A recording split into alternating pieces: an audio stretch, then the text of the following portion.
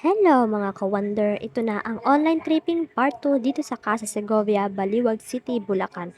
At kung hindi mo pa nasisilip ang actual house turnover, inilagay ko na ang link ng part 1 sa ating comment section. O pwede po ninyong panoorin muna si part 1 bago itong part 2 para mas ma-appreciate ninyo ang changes mula sa bare type unit up to house model. At sa pagpasok nga natin dito sa model house, aakalain mo bang ganito kaganda ang kanyang magiging transformation? Mula sa bare type, turned into classy homey ambience. Buti na lang talaga at allowed tayo na mag-renovate ng sarili nating bahay.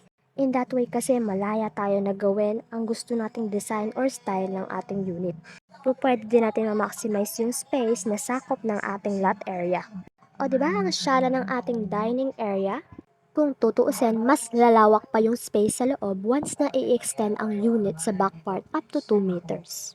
Ang lakas din talaga maka-rich looking kapag pastel theme ang combination maaliwalas at hindi madilim tingnan. Pwede nyo rin maging inspiration ang interior design nito once na kayo ay magre-renovate ng bahay. Alright, it's time for us to check the upper part of this wonderful home. Hindi na nila binago yung wooden stairs, which is good dahil mas na-emphasize yung ganda ng hagdan.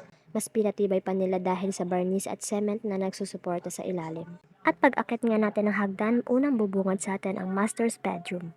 Na-maximize nila yung space by adding a study table and a built-in cabinet.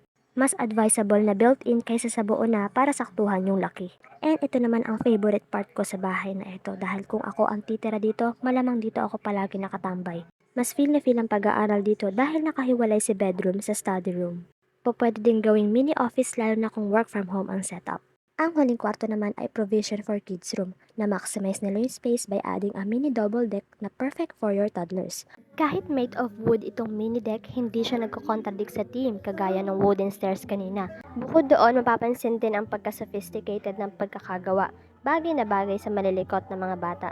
By the way, bunk bed ang tawag sa ganitong style which is space saver at makaka-accommodate ng up to 2 kids. Shoutout nga pala kay Kuyang Caretaker at sa co-agent namin na si Sir Lemuel. Thank you po sa help. May available pa bang duplex unit sa Casa Segovia? Yes na yes yan at makaka-avail po kayo for as low as 8,000 monthly through Pag-ibig. Meron din pong natitirang isa pang single attached which is 9,000 plus naman po pagdating kay Pag-ibig. Thank you for watching and if interested ka sa bahay na ito, just reach out via these accounts. See you sa ating next adventure.